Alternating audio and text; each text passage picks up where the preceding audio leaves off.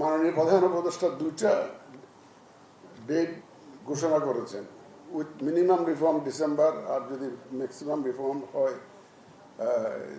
Early next year by June. June মানে আমি ধরে নিচ্ছি যে এটা হয়তো এপ্রিল হবে, কারণ মে জুন মাসে তো বর্ষাকাল, এই ইলেকশন হয় না। মে জুন মাসে সাধারণত আমাদের এখানে এই ধরনের বড় ইলেকশন হয় না। তো সুতরাং আমাদের জন্য এটা হয়তো যদি হয় এপ্রিল যেতে হবে। কিন্তু এদিকে সংস্কার কমিশনের 6টা রিপোর্ট নিয়ে উনি আবার ঐকমত্য কমিশন একটা করেছেন, কনসেনসাস কমিশন করেছেন।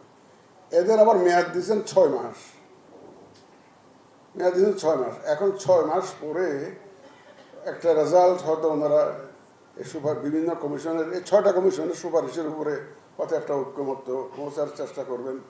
সেটা ওনাদের ব্যাপার, কীভাবে মোডালিটিস কী হয় না হয় এটা তো আমরা মাথা ঘামাইতে চাই না।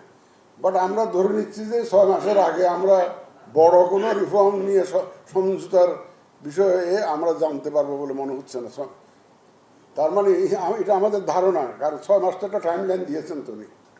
এই যে ঐকমত্য কমিশনের মেয়াদ 6 মাস, তো ওনাদের ইন্টারনাল কোনো ডেডলাইন আছে কিনা যে এতদিনের মধ্যে আমরা কনসেনসাসে পৌঁছাবো, সেটা আমরা জানি নাই, সেটা আমাদের মধ্যে ধারণাও নাই। তবে যেহেতু ওটি 6 মাস দিয়েছে, ওটাকে একটু মাথায় রেখে আমাদের চিন্তা করতে হয় যে can we really wait 6 months. কারণ আমাদের যদি বলা হয় যে না আমরা মাইনর মিনিমাম রিফর্ম করে ডিসেম্বরে ইলেকশন করতে চাই, তো যে করতে চাই, তাইলে কি আমাদের তো 6 মাস বসে থাকার আর সুযোগ নাই। ডিসেম্বর হোক আর আগামী বছর হোক, আমরা আর্লিয়েস্টটাকে ধরে নেই, কারণ আমাদের প্রস্তুতি দরকার আছে। সুতরাং আমরা জোরে সোরে প্রস্তুতি শুরু করেছি। আপনারা যারা আমাদের সাথে কাজ করেন তারা জানেন এটা। একটা সুন্দর নির্বাচনের জন্য একটা সুন্দর ভোটার লিস্ট খুবই জরুরি, ফান্ডামেন্টাল রিকোয়ারমেন্ট। আমি গতকালে কক্সবাজারে এই কথাটা বলেছি। সেটা যেই নির্বাচনই হোক, হোক স্থানীয় সরকারের হোক জাতীয় সরকারের, আপনার যদি ভোটার লিস্টটা যদি স্বচ্ছ না হয়, জেনুইন না হয়, কোয়ালিটি ভোটার লিস্ট যদি না হয়, তা আপনার কোয়ালিটি ইলেকশনও তো হবে না।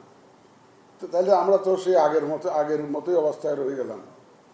তা আমরা যে বাড়ি বাড়ি গেলাম, আমাদের অনেকের মধ্যে সন্দেহ হচ্ছিল যে এটা কি ইউজফুল হবে কিনা।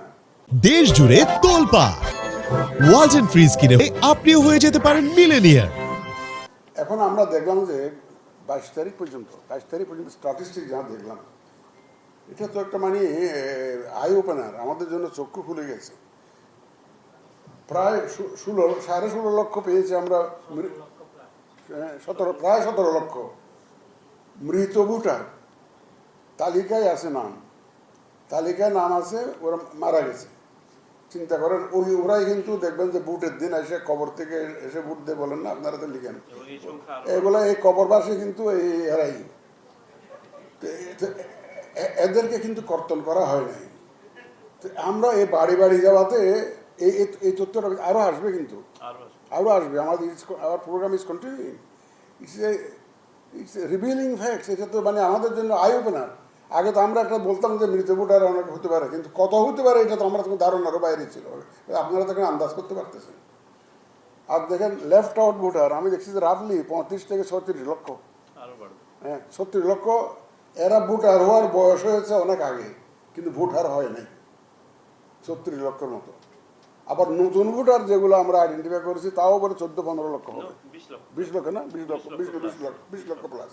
চিন্তা করেন আপনি কি পরিমাণ। টোটাল বোধ 64 না সামথিং লাখ, 54 লাখ। দেখেন, এগুলা কিন্তু বাদ পড়ে যেত। আর আমাদের অনলাইন সিস্টেমে বা আমাদের যে এখন স্টেশন সেন্টারে গিয়ে ভোটার হওয়ার প্রক্রিয়া তো চালু আছে, এটা তো আর 24 আওয়ার্স চলছে। দেখেন, আমাদের ব্রিগেডিয়ার সাহেব অনেক ফিল্ডে ভিজিট করেছেন, আমি নিজেও দেখেন খুব কষ্ট হয় আমার জন্য, তারপরেও আমিও যাচ্ছি। আমি শুরু করেছি চিটাগং থেকে, কুমিল্লা, সিলেট, মৌলভীবাজার, কারণ আমি ফিল্ডের অবস্থাটা বোঝার চেষ্টা করেছি, আইনশৃঙ্খলা পরিস্থিতির অবস্থা বোঝার চেষ্টা করেছি। কারণ আমাদেরকে ইলেকশন করতে গেলে তো আপনারা তো বলবেন এটা গুরুত্বপূর্ণ একটা বিষয়, আইনশৃঙ্খলা পরিস্থিতি।